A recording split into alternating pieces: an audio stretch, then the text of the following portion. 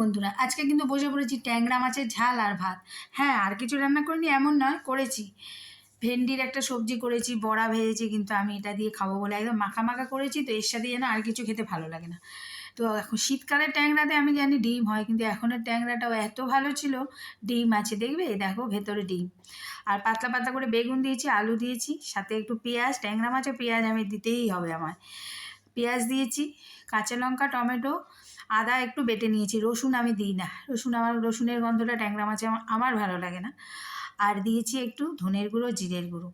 খুব ভালো হয়েছে, একদম ঝোল রাখেনি, মাখা মাখা। ট্যাংরা মাছের ঝোল আমার ভালো লাগে না, হয়তো কেউ খায়, কিন্তু আমার হবে একদম মাখা মাখা। তো আজকেও তাই নিয়ে বসে গেছি। দারুণ হয়েছিল খেতে, কিন্তু দারুণ। সবাই জানে ট্যাংরা মাছের আনতে, তো আমি আজকে করেছি বলে তোমাদের সঙ্গে শেয়ার করলাম। ট্যাংরা মাছ দিয়ে ভাত খেয়ে উঠে মনে হচ্ছিল একটু চাটনি হলে ভালো হতো, কিন্তু করিনি। আজ আসি।